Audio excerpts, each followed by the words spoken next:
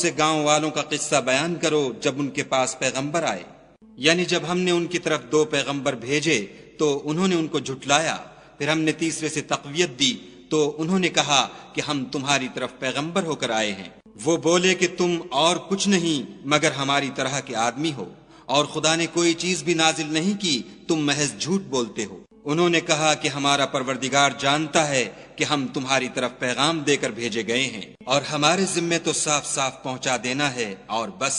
वो बोले कि हम तुमको नामुबारक देखते हैं, अगर तुम बाज ना आओगे तो हम तुम्हें संसार कर देंगे और तुमको हमसे दुख देने वाला अजाब पहुंचेगा। उन्होंने कहा कि तुम्हारी नहुसत तुम्हारे साथ है, क्या इसलिए कि तुमको नसीहत की गई, बल्कि तुम ऐसे लोग हो जो हद से तजावुज कर गए हो। और शहर के परले किनारे से एक आदमी दौड़ता हुआ आया, कहने लगा कि ऐ मेरी कौम, पैगंबरों के पीछे चलो, ऐसों के जो तुमसे सिलाह नहीं मांगते और वो सीधे रास्ते पर हैं।